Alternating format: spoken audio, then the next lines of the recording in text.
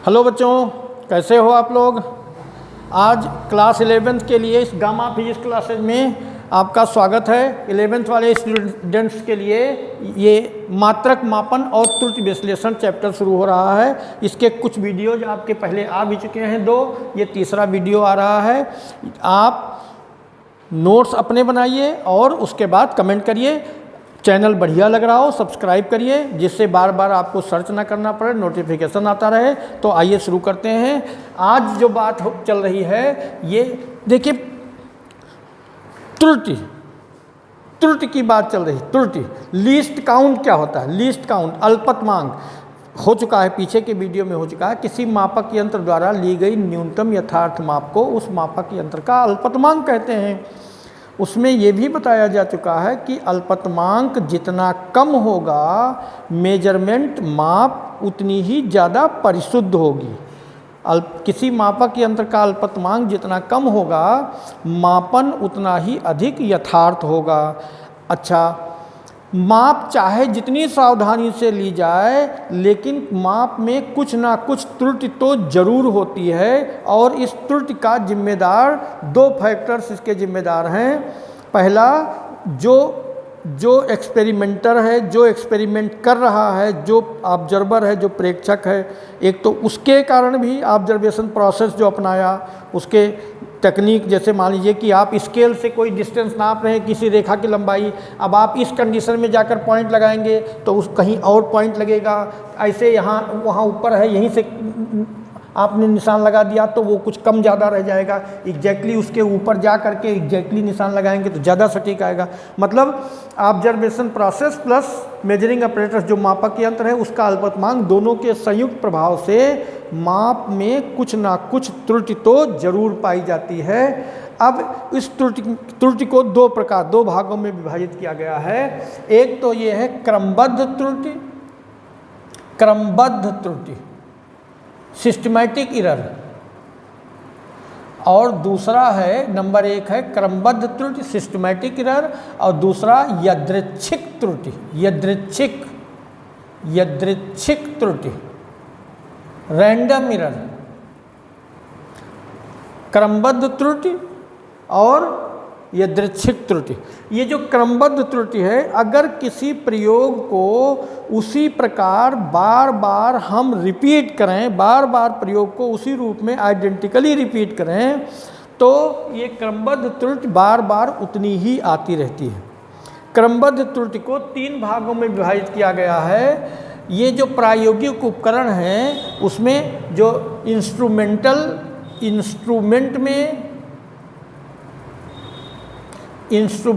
Error, उपकरण की त्रुटि। नंबर 2, इम्परफेक्शन एरर ड्यू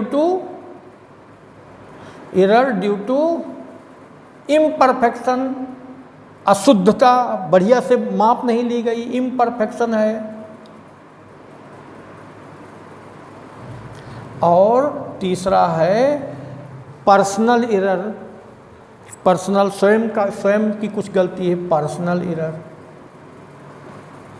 ये 3 प्रकार से ये जो systematic error is divided into 3 is classified into 3 types: instrumental error due to imperfection and personal error. Instrument का एरर क्या होता है?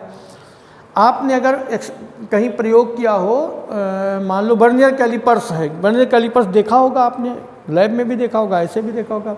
वर्नियर कैलिपर्स में शून्यांक त्रुटि होती है। मुख्य पैमाना और वर्नियर पैमाने को जब मिलाया जाता है 0 पर, तो वर्नियर का 0 थोड़ा आगे या थोड़ा पीछे रह गया, वो शून्यांक त्रुटि कहलाती है। तो कैलिपर्स में शून्यांक त्रुटि अगर है, या स्क्रू गेज में या स्फेरोमीटर में पिछड़ त्रुटि है, ये सब त्रुटियाँ इस प्रयोग इंस्ट्रूमेंट की त्रुटि हैं। अगर इंस्ट्रूमेंट में एरर है, यद्यपि इंस्ट्रूमेंट की एरर को जोड़ा या घटाया जाता है, वो जैसा पॉजिटिव निगेटिव हो, लेकिन इसके बावजूद भी मापन में जो एक्सपेरिमेंट किया गया, जो मेजरमेंट आया, उसमें कुछ ना कुछ त्रुटि जरूर रह जाती है। तो ये एक्सपेरिमेंट को, अगर उस मेजरिंग अपरेटस को, मापक यंत्र को, यंत्रगत त्रुटि है, ये इंस्ट्रूमेंटल एरर माने यंत्रगत त्रुटि, ये पर्सनल एरर माने व्यक्तिगत त्रुटि, और इम्परफेक्शन माने अशुद्धता, मापन में अपनाई गई विधि की गड़बड़ी हो। तो यहाँ पर बेटे ये इंस्ट्रूमेंट का एरर, इंस्ट्रूमेंट को बढ़िया क्वालिटी का रखेंगे तो ये एरर लगभग दूर हो जाती है। अब इम्परफेक्शन का मतलब क्या है? जैसे जूल के प्रयोग में समय के साथ ऊष्मा में जो गिरावट आती है, जैसे एक जूल के प्रयोग में एक तांबे का बर्तन होता है, उसमें गर्म जल भरा जाता है, थर्मामीटर लगा देते हैं और समय के साथ साथ ताप में कितना, उसका ताप कितना गिर रहा है, बर्तन के बाहर ऊष्मा कितनी निकल रही है वो नापा जाता है। लेकिन इसमें बहुत सारी ऊष्मा विकिरण भी द्वारा निकल जाती है, रेडिएशन के कारण ऊष्मा निकल रही है।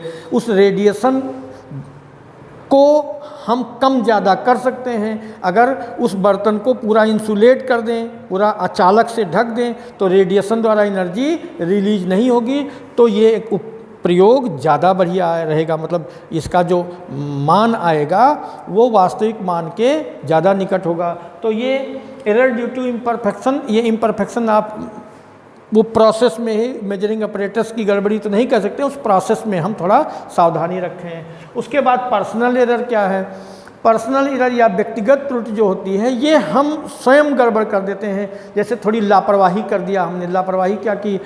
जैसे आप केमिकल बैलेंस, ये रासायनिक तुला, भौतिक तुला देखा होगा आपने, हो सकता है मापा भी हो। तो एक तरफ बाट रखते हैं और दूसरी तरफ वो सब्सटेंस रखते हैं जो हम तौलने जा रहे हैं, उसमें ढक्कन बंद कर देते हैं, जैसे उसका दरवाजे लगे होते, बंद करके तब मेजर जो पाठ्यांक लिया जाता है। लेकिन यहाँ पर अगर कुछ लोग होते हैं दरवाज़ा खुला है पाठ्यांक ले रहे, थोड़ा असावधानी, ये जो प्रेक्षक है, जो ऑब्जर्वर है, जो एक्सपेरिमेंटर है, उसकी असावधानी के कारण ये एरर क्रिएट होती है। तो ये 3 प्रकार की एरर क्रमबद्ध त्रुटि है, इसको हम थोड़ा संभाल सकते हैं, सावधानी रख सकते हैं। यहाँ यंत्र बढ़िया रखें, यहाँ व्यवस्था बढ़िया बना लें कि उसमें जो मानक है वैसा रखने का प्रयास करें, और यहाँ हम थोड़े सावधान हो जाएं, प्रैक्टिकल करते समय असावधानी ना रखें। तो ये 3 प्रकार की त्रुटियाँ हो गई, ठीक है। ये क्रमबद्ध त्रुटि में 3 प्रकार हैं। अब ये जो रैंडम एरर है, यादृच्छिक त्रुटि जो है, यादृच्छिक त्रुटि जो होती है, इसमें जो सराउंडिंग है, जो वातावरण है, उसमें आने वाला एकाएक परिवर्तन कोई हुआ उस पर हम ना ध्यान दें।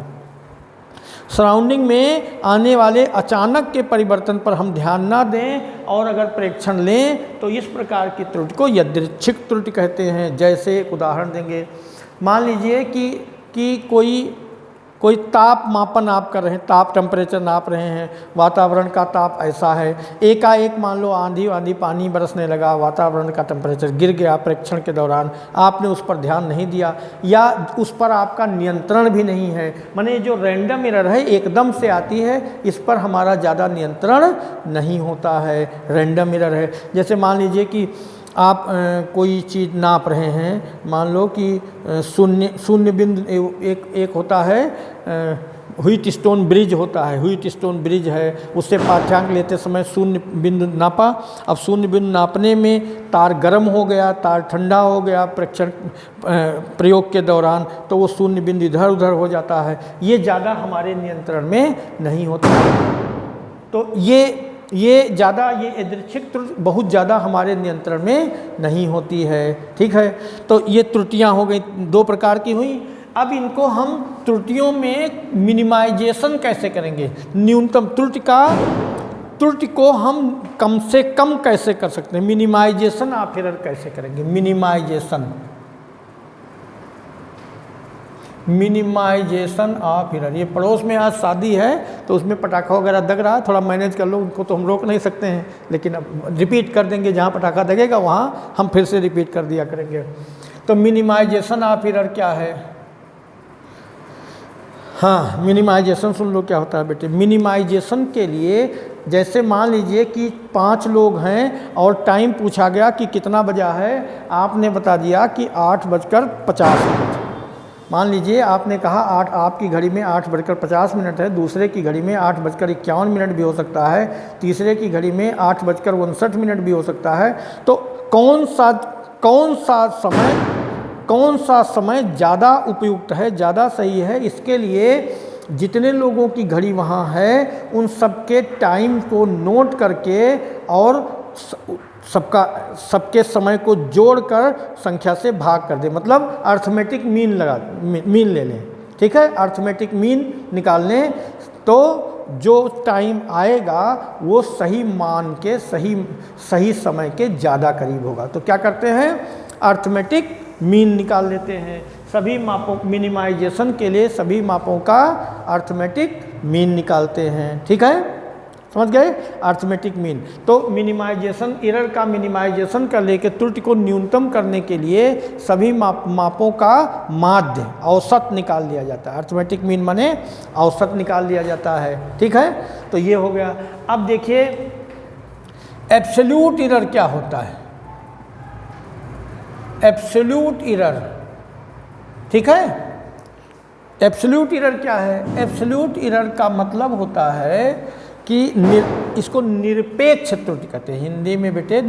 थोड़ा इंग्लिश में भी जानिए, खाली हिंदी में जानने से काम नहीं चलेगा, क्योंकि आगे आप जब और क्लास में जाएंगे तो वहाँ पर बहुत सारे टीचर्स ऐसे होते हैं जो हिंदी में नहीं बताते हैं, उनको हो सकता है मालूम भी नहीं रहता, इसलिए आप थोड़ा इंग्लिश में भी जानने का प्रयास करिए। हो सकता है आप पूर्णतः हिंदी मीडियम के हों पहले से, लेकिन थोड़ा प्रयास करिए कि इंग्लिश में भी जानें। तो निरपेक्ष त्रुटि, एब्सोल्यूट एरर को क्या कहते हैं, निरपेक्ष त्रुटि। सुन लो, निरपेक्ष त्रुटि क्या होता है, किसी माप के वास्तविक मान, जैसे कोई राशि है उसका वास्तविक माप और प्रेक्षित माप, वास्तविक माप और प्रेक्षित माप का अंतर, वास्तविक माप और प्रेक्षित माप के अंतर को, वास्तविक माप और प्रेक्षित माप के अंतर को निरपेक्ष त्रुटि कहते हैं। ठीक है, वास्तविक माप और प्रेक्षित माप के अंतर को निरपेक्ष त्रुटि कहते हैं। जैसे एक उदाहरण देंगे आप बढ़िया समझ जाएंगे। जैसे मान लीजिए कि आप कोई बाज़ार से मान लीजिए कोई पैकेट लाए खाने वाला, मैगी ले, चलो मैगी एक ले आए। एक मैगी का वजन, जो मैगी लाए उसका द्रव्यमान मान लीजिए कि 50 ग्राम है। 50 ग्राम का पैकेट है जो लाए आप, 50 ग्राम है। अब इसको घर पर ला करके आपने इसको तौला, मेजर किया। जब तौलेंगे तो कोई ज़रूरी नहीं कि 50 ग्राम का पैकेट एग्जैक्टली 50 ग्राम ही आपके तौलने से आए। पहली बार आपने तौला तो इसका द्रव्यमान आया 49.8 ग्राम। दोबारा तौला आपने तो ये 50.1 ग्राम आया। ऐसा नहीं 50 ग्राम का पैकेट है आप तौलोगे 1 किलो आ जाएगा, ऐसा तो होगा नहीं, उसी के आसपास रहेगा। तीसरी बार तौला आपने तो इसका वजन आ गया मान लीजिए कि 49.7 ग्राम। ऐसा मान लो 3 पाठ्यांक आपने लिया, 3 रीडिंग ली, 3 बार तौला और इसका पाठ्यांक इतना आया। अब देखिए निरपेक्ष त्रुटि क्या है, प्रामाणिक मान या वास्तविक मान और प्रेक्षित मान के अंतर को निरपेक्ष त्रुटि कहते हैं।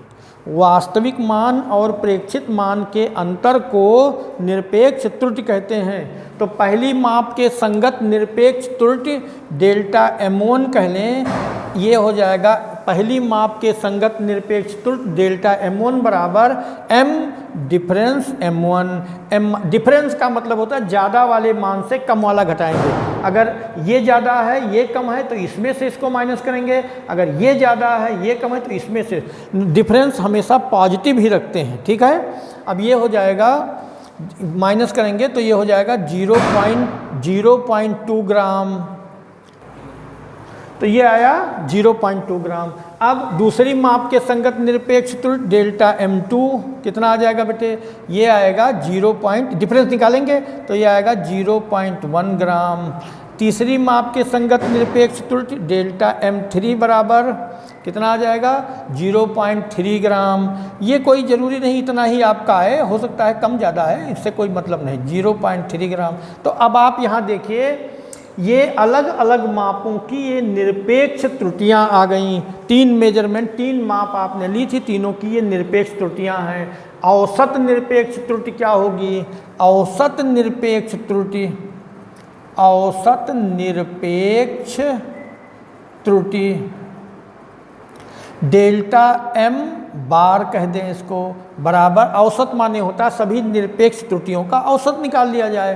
तो क्या हो जाएगा, delta m1 plus delta m2 plus delta m3। कितनी रीडिंग ली है आपने, 3, तो 3 से डिवाइड कर दें। 4 रीडिंग लेते तो 4 से डिवाइड करते, 10 रीडिंग लेते तो 10 से औसत निकालना है। कितना आ जाएगा, 0.2 प्लस 0.1 प्लस 0.3 अपान 3, कितना आ जाएगा, 3 1 4 2, 0.6 अपान 3, ये आ गया 0.2।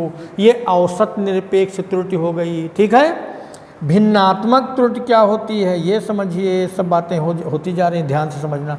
भिन्नात्मक त्रुटि, भिन्नात्मक त्रुटि परिभाषा बीच में बोलते जा रहे हैं और उदाहरण देकर करते भी चले जा रहे हैं। भिन्नात्मक त्रुटि देखो क्या होता है, किसी माप में औसत निरपेक्ष त्रुटि और वास्तविक माप, औसत निरपेक्ष त्रुटि और वास्तविक माप के अनुपात को भिन्नात्मक त्रुटि या सापेक्ष त्रुटि कहते हैं। फिर से सुन लो बेटे, वास्तविक माप, भिन्नात्मक औसत, ये भिन्नात्मक त्रुटि, औसत निरपेक्ष त्रुटि, औसत निरपेक्ष त्रुटि पहले कह रहे हैं ना, औसत निरपेक्ष त्रुटि और वास्तविक मान के अनुपात को भिन्नात्मक त्रुटि कहते हैं। औसत पहले रहेगा माने अंश होगा, जो पहले बोला जाता है, अगर अनुपात आता है तो जो पहले बोला जाएगा वो अंश रहेगा, जो बाद में बोला जाएगा वो हर रहेगा। इसका ध्यान रखना, हो सकता है आपको पहले से भी मालूम हो। तो भिन्नात्मक त्रुटि क्या हो गई, औसत निरपेक्ष त्रुटि, यहाँ के मामले में डेल्टा m बार, और वास्तविक माप कितना है, m।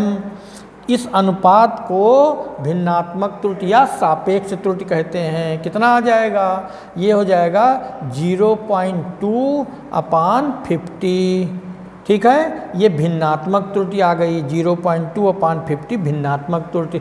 और भिन्नात्मक त्रुटि के बाद प्रतिशत त्रुटि क्या होती है बेटे, प्रतिशत त्रुटि इसी भिन्नात्मक त्रुटि इंटू 100, भिन्नात्मक त्रुटि इंटू 100, ये प्रतिशत त्रुटि हो गई। तो 0.2 बटे 50 इंटू 100 कितना आ जाएगा बच्चों, 0.4%, ये आ गया भिन्नात्मक त्रुटि। ठीक है, तो त्रुटि क्या होती है, त्रुटि को कितने वर्गों में, क्रमबद्ध त्रुटि और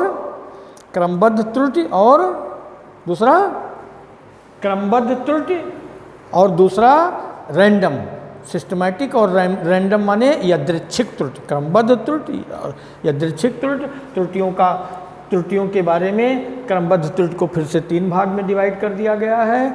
कौन कौन से, यंत्र की त्रुटि और प्रयोग में प्रेक्षण में जो विधि अपनाई गई उसकी त्रुटि, और जो प्रेक्षक है उसके कारण भी, पर्सनल एरर। ठीक है, व्यक्तिगत त्रुटि भी हो जाती है। इस त्रुटियों को कैसे कम किया जा सकता है, फिर निरपेक्ष त्रुटि क्या होती है, औसत निरपेक्ष त्रुटि क्या होती है, भिन्नात्मक त्रुटि या सापेक्ष त्रुटि क्या होती है, प्रतिशत त्रुटि क्या होती है, ये त्रुटियों के बारे में हो गया। अब देखिए, कोई मेजरिंग अपरेटस है, उसका लीस्ट काउंट जानते हैं आप। लीस्ट काउंट क्या होता है, अल्पतमांक। क्या होता है अल्पतमांक, किसी मापक यंत्र द्वारा ली गई न्यूनतम यथार्थ माप को उस मापक यंत्र का अल्पतमांक कहते हैं। मापक यंत्र का अल्पतमांक जितना कम होगा, माप उतनी ही अधिक शुद्ध होगी। तो मापक यंत्र का अल्पतमांक आपको सबका याद तो रहेगा नहीं, लेकिन अगर प्रेक्षण दिया गया हो, कोई प्रेक्षण दिया गया हो, मान दिया गया हो, तो उस प्रेक्षण को देख करके आप अल्पतमांक जान सकते हैं कि अल्पतमांक इस प्रेक्षण का कितना होगा। जैसे एक उदाहरण देंगे, बहुत अच्छे समझ जाएंगे। मान लीजिए किसी पिंड का द्रव्यमान m बराबर 3.54 ग्राम ये है। अब इस पाठ्यांक में अगर दशमलव बिंदु है तो इसके मापक यंत्र का अल्पतमांक डेल्टा m, अगर पाठ्यांक m है तो अल्पतमांक डेल्टा m। डेल्टा m बराबर दशमलव के स्थान पर दशमलव लगा दिया जाएगा, अंतिम अंक के स्थान पर 1 लिख दिया जाएगा। इनके बीच में अगर कोई और अंक आता है तो उसकी जगह पर 0 लिख दिया जाएगा। तो इस मापक यंत्र का अल्पतमांक हो गया 0.01 ग्राम। कैसे, फिर से एक बार देख लो। दशमलव के स्थान पर दशमलव, अंतिम अंक के स्थान पर 1, अंतिम अंक और दशमलव के बीच जितने भी अंक पढ़ रहे हैं उनकी सबकी जगह पर 0। जैसे अगर ये हम लिख दें x बराबर 15.3 मीटर उदाहरण है, तो डेल्टा x क्या हो जाएगा, दशमलव के स्थान पर दशमलव, अंतिम अंक के स्थान पर 1, बीच में कोई अंक पढ़ ही नहीं रहा तो 0 नहीं आएगा। जैसे एक और उदाहरण दें, y बराबर दिया है 15.750, तो डेल्टा y वही फार्मूला लगाओ बेटे, अंतिम अंक के स्थान पर 1, दशमलव के स्थान पर दशमलव, बीच में 2 अंक आ रहे हैं तो यहाँ 2 0 हो गया। ठीक है, तो अगर किसी प्रेक्षण में किसी पाठ्यांक में दशमलव बिंदु लगा है तो मापक यंत्र का अल्पतमांक बहुत ही आसान हो गया, कैसे निकालेंगे। लेकिन अगर पाठ्यांक में दशमलव बिंदु नहीं लगा है तब हम अल्पतमांक कैसे निकालेंगे, ठीक से सुनिए। अगर पाठ्यांक में दशमलव बिंदु ना लगा हो तो उस पाठ्यांक के मापक यंत्र का, जिस यंत्र से वो पाठ्यांक लिया गया है, उसका अल्पतमांक सदैव 1 होगा। उस पाठ्यांक का जो पाठ्यांक दिया गया है उसमें दशमलव बिंदु अगर नहीं है तो उसके मापक यंत्र का अल्पतमांक सदैव 1 होगा। जैसे एक उदाहरण देते हैं, मान लीजिए ये लिखा है लंबाई L बराबर 50 मीटर, इसमें दशमलव नहीं लगा है तो इसके मापक यंत्र का अल्पतमांक 1 मीटर होगा। ठीक है, ओके। तो अगर किसी माप में दशमलव बिंदु नहीं है, अगर किसी पाठ्यांक में दशमलव बिंदु नहीं है तो उस पाठ्यांक के मापक यंत्र का अल्पतमांक सदैव 1 रहेगा। ठीक है, क्लियर हो गया। अब देखिए कोई माप आपने निकाली है और वो किसी फार्मूले पर बेस्ड है, उस फार्मूले में जोड़ना, घटाना, भाग करना, गुणा करना ऐसा कुछ आ रहा है, तो उस स्थिति में त्रुटि कैसे निकालेंगे इसके बारे में चर्चा होगी, लेकिन इसकी चर्चा अगले वीडियो में होगी। आज का वीडियो यहीं तक रहेगा बच्चों। हम ये उम्मीद करते हैं कि हमारे 11th क्लास के बच्चे बहुत मेहनत करेंगे, जिससे आगे देखिए अभी हमारा एकेडमिक का चल रहा है चैनल। एकेडमिक जैसे ही हमारा सिलेबस पूरा करेंगे, हम पूरा करेंगे सिलेबस इसी में, जैसे ही सिलेबस पूरा होगा फिर कंपटीशन के वीडियो आने लगेंगे। आप चैनल सब्सक्राइब कर लीजिए जिससे आपको बार बार सर्च ना करना पड़े, और लगातार आप स्टडी करिए, नोट्स बनाइए, मेहनत करिए।